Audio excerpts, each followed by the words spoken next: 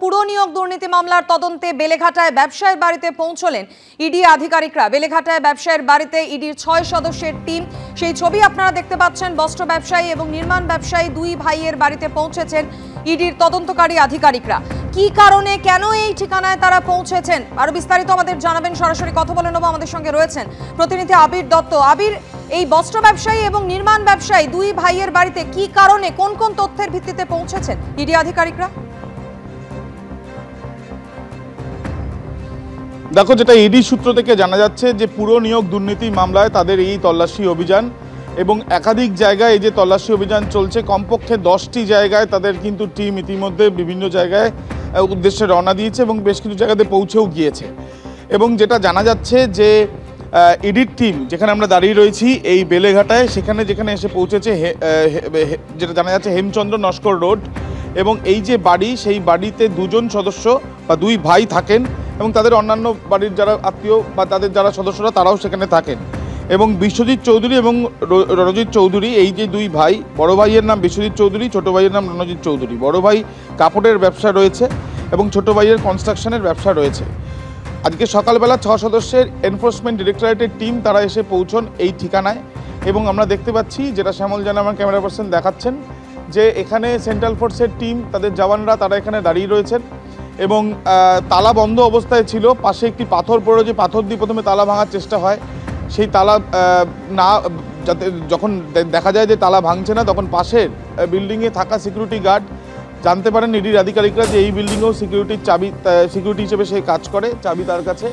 এবং তারপর তাকে এখানে ধরে নিয়ে আসা হয় এবং ধরে নিয়ে আসার পর তাকে তার কাছ থেকে কিছু নাম্বার নিয়ে বা কিছু তার মাধ্যমে কিছু যোগাযোগ করে এই বাড়ির সদস্য তাদের সঙ্গে যোগাযোগ করা হয়। কিছুক্ষণ আগে আমরা কথা বলেছিলাম এই বাড়ির সদস্যর সঙ্গে। তিনি যেটা জানাচ্ছিলেন, রণজিৎ বাবু, যে তার কনস্ট্রাকশনের ব্যবসা রয়েছে এবং বেশ কয়েকটি হোটেল রয়েছে পুরীতেও, এবং তারা নিজেরা জানেন না যে কী কারণে ইডি এসছে, তাদের সাথে আলাদাভাবে কোনো কমিউনিকেশন করা হয়নি। এবং যেহেতু ইডি এসছে, তাদের তদন্তে সম্পূর্ণ তারা সহযোগিতা করবেন।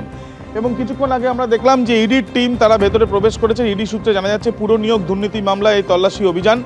এবং বেলেঘাটায় যে জায়গা আমরা দাঁড়িয়ে আছি, শুধু এই জায়গায় নয়, এছাড়াও আরও একটি জায়গাতেও কিন্তু আরেকটি লোকেশনে ইডি রয়েছে। এবং এই যে তল্লাশি অভিযান, এর আগে আমরা জানি যে ইডির তরফ থেকে শিক্ষা নিয়োগ দুর্নীতির মামলার যে তদন্ত শুরু করা হয়েছিল, পরবর্তীকালে যখন অয়নশীলের হদিশ পাওয়া যায়, তখন তার বাড়ি থেকে তল্লাশি অভিযান চালিয়ে বেশ কিছু নথি পাওয়া যায়, যে নথি থেকে নতুন দিক উঠে আসে। এবং সেখান থেকে যেটা ইডির আধিকারিকরা মনে করেছিলেন যে পুরসভায় নিয়োগের ক্ষেত্রেও চাকরি বিক্রি হয়েছে, এমনটাও কিন্তু তাদের অনুমান ছিল। এবং এরপর তারা যে মামলা করে, সেই মামলার পরিপ্রেক্ষিতে পুরো নিয়োগ দুর্নীতি মামলা শুরু হয়। এবং এই মামলাতে এর আগে বেশ কয়েকবার বিভিন্ন জায়গাতে তল্লাশি অভিযান হতে আমরা দেখেছি। এবং ইডির তরফ থেকে এই যে তল্লাশি অভিযান এখনও পর্যন্ত বিভিন্ন জায়গায় যেমন হয়েছে, আজকেও সকাল থেকে ইডির তরফ থেকে এই হানা দেওয়া হয়েছে। পুরো নিয়োগ দুর্নীতি মামলায় এর আগে আমরা দেখেছি যে বিভিন্ন জায়গায় তারা গিয়েছেন এবং বেশ কিছু ক্ষেত্রে দেখা গিয়েছে যে যারা এই টাকা লেনদেনের বিষয়ে যাদের যোগ রয়েছে তাদের বাড়িতে গিয়েছেন, বা অ্যাকাউন্ট ব্যবহার করা হয়েছে সেই ব্যক্তিদের বাড়িতেও কিন্তু খোঁজ করা হয়েছিল। এবং তার সাথে সাথে লিস্ট করা হয়েছিল কোন কোন পুরসভাতে এই নিয়োগগুলো হয়েছে, এবং সেই বিষয় নিয়ে তাদের কাছে যে তথ্য, সেই তথ্য অনুযায়ী ধরেও তারা কিন্তু তদন্ত শুরু করেছিলেন। এখন দেখা যাচ্ছে যে বেলেঘাটায় যার বাড়িতে এসছেন, তিনি কিন্তু কোনো যে বেলেঘাটা অঞ্চলে তিনি থাকেন এবং সেখানকার স্থায়ী বাসিন্দা। আরও একবার ছবিটা দেখাতে বলবো, যে এখানে সেন্ট্রাল ফোর্সের জওয়ানরা ভেতরে, গেট বাইরে থেকে বন্ধ, সোজা চলে গেলে ওই ব্যক্তির বাড়ি, দুই ভাই থাকেন। যদিও তারা কিন্তু জানাচ্ছেন স্পষ্টত যে তাদের সাথে আলাদাভাবে কমিউনিকেশন কিছু হয়নি, কিন্তু তদন্তে যখন ইডি এসছে তারা সহযোগিতা করবেন। এবং এই যে এইচসি নস্কর রোড, সেই রোডের ওপরে এই যে বাড়ি, সেই বাড়িতেই ইতিমধ্যে ইডির 6 সদস্যের টিম। একদমই আবির, তুমি আমাদের সঙ্গে থাকো। যে ছবি আমরা দেখতে পাচ্ছি, পুরো নিয়োগ দুর্নীতি মামলার তদন্তে বেলেঘাটায় ব্যবসায়ীর বাড়িতে ইডির অভিযান। কলকাতা সহ মোট 10টি জায়গায় ইডি আধিকারিকরা ম্যারাথন তল্লাশি অভিযান চালাচ্ছেন পুরো নিয়োগ দুর্নীতি মামলার তদন্তেই। এই তৎপরতা আজ সকাল থেকেই দেখা যাচ্ছে কলকাতা সহ মোট 10টি ঠিকানায়।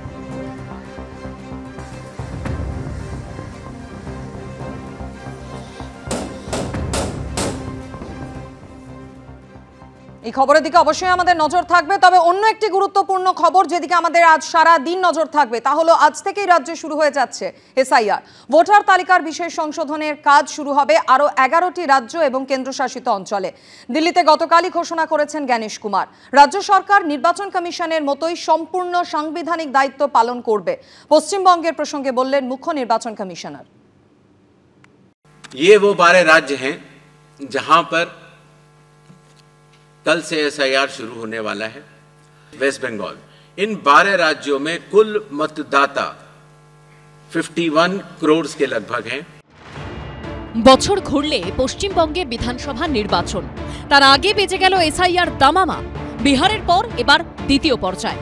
মঙ্গলবার থেকে পশ্চিমবঙ্গ সহ 12 রাজ্য কেন্দ্রশাসিত অঞ্চলে শুরু হয়ে যাচ্ছে এসআইআর। পশ্চিমবঙ্গের পাশাপাশি গুজরাট, উত্তরপ্রদেশ, মধ্যপ্রদেশ, রাজস্থান, তামিলনাড়ু, কেরল, ছত্তিশগড়, গোয়া, কেন্দ্রশাসিত অঞ্চল আন্দামান নিকোবর দ্বীপপুঞ্জ, লাক্ষাদ্বীপ, পুদুচেরিতে হবে SIR. Andaman and Nicobar island union territory, state Chhattisgarh, Goa, Gujarat, Kerala, union territory Lakshadweep, Madhya Pradesh, Puducherry union territory, Rajasthan, Tamil Nadu, Uttar Pradesh, west Bengal. বিহারে এসআইআর শুরু হওয়ার পর থেকেই বিতর্কের ঝড় বয়ে গেছে পাটনা থেকে দিল্লি। ভোটে সুবিধা পেতে বিজেপি নির্বাচন কমিশনকে কাজে লাগাচ্ছে বলে অভিযোগে সরব হয় বিরোধীরা। যদিও যাবতীয় অভিযোগ উড়িয়ে নির্বাচন কমিশন জানিয়ে দেয় গোটা দেশেই হবে এসআইআর, অর্থাৎ পশ্চিমবঙ্গে ভোটার তালিকার সংশোধনের কাজ শুরু হওয়াটা ছিল স্রেফ সময়ের অপেক্ষা। কারণ নভেম্বরে বিহারে ভোট হয়ে যাওয়ার পর আগামী বছরের প্রথম দিকে বিধানসভা ভোট হবে এ রাজ্যে। তাই এসআইআর শুরু হওয়ার অনেক আগে থেকেই তেতে উঠেছিল পশ্চিমবঙ্গের রাজনীতি। সামনে এসআইআর আর পেছনে কি? পেছনে মির্জাফর স্যার, ভোটের নামে এসআইআর, পেছনে মির্জাফর স্যার, এনআরসি। সঠিক এসআইআর হলে গত 10-12 বছরে বাংলাদেশের মুসলমান যেভাবে ঢুকেছে কাঁটাতারের মেড়া না থাকার ফলে, তাতে 1 কোটিরও বেশি নাম বাদ যাওয়া উচিত। এই আবহেই মঙ্গলবার থেকে পশ্চিমবঙ্গে শুরু হয়ে যাচ্ছে এসআইআর। জানিয়ে ইতিমধ্যে তৃণমূল বিজেপির মধ্যে হুমকি হুঁশিয়ারি চলছে। আমরা এসআইআর রুখবো, একটা বৈধ ভোটারের নাম যদি বাদ যায় তাহলে আগুন জ্বলবে, রক্ত গঙ্গা বইয়ে দেবো বাংলা জুড়ে। আর কত লন্ড ভন্ড করতে পারেন আমরা দেখবো। তৃণমূলের নেতাদের কথায় রাস্তায় নামবেন না, রাস্তায় নামলে সেন্ট্রাল বাহিনী নামবে, যেরকম মুর্শিদাবাদে নেমেছিল। যদি ভ্যান্ডালিজম করেন, দোকান ঘর পোড়ান, বাড়িতে আক্রমণ করেন, তৃণমূলের কোন নেতার ছেলের জীবন যাবে না। সেন্ট্রাল বাহিনী নামলে করে কিন্তু গুলি চলবে, আপনার বাড়ির লোকেটার গুলি লাগবে। এই আবহেই সোমবার এসআইআর নিয়ে মুখ্য নির্বাচন কমিশনের সাংবাদিক বৈঠকে বারবার উঠে আসে পশ্চিমবঙ্গের প্রসঙ্গ। पश्चिम बंगाल से कई बार ये बात आई है कि वो होने नहीं देंगे एसआईआर। প্রশ্নের উত্তরে রাজ্য সরকারকে তার দায়িত্ব মনে করিয়ে দিয়েছে নির্বাচন কমিশন। स्पष्ट करना चाहता हूं कि संविधान के अंतर्गत हर संवैधानिक संस्था को अपना दायित्व निभाना होता है। आर्टिकल 324 सब क्लॉज 6 के तहत मतदाता सूची तैयार करने के लिए या मतदान कराने के लिए जिन भी चुनावी कर्मियों की आवश्यकता चुनाव आयोग को होगी, वो राज्य सरकार मुहैया करा के डेपुटेशन पर देने के लिए बाध्य है। इसी तरीके से कानून व्यवस्था की जो आपने बात की, वो राज्य सरकार की संवैधानिक जिम्मेदारी है और मुझे इसमें कोई भी संकोच नहीं है कि हर राज्य सरकारें चुनाव आयोग की तरह ही अपनी पूरी संवैधानिक दायित्व का निर्वहन करेंगी। বিহারে এসআইআর শেষের পর ভোটের দিনক্ষণ ঘোষণা হয়ে গেছে।